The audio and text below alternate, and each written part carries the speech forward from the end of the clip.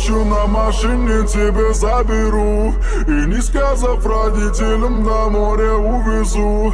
Мы будем пить вино, потом пойдем смотреть кино, а после отвезу к утру тебя к себе домой. Тихая львица, ты моя царица, сок мой марива.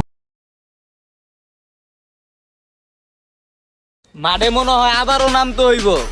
ইদানিং শুনতাছি কিছু পোলাপাইন নাকি ভালো খেলে, আমারও মজা লাগে ভালো প্লেয়ারদের সাথে খেলতে।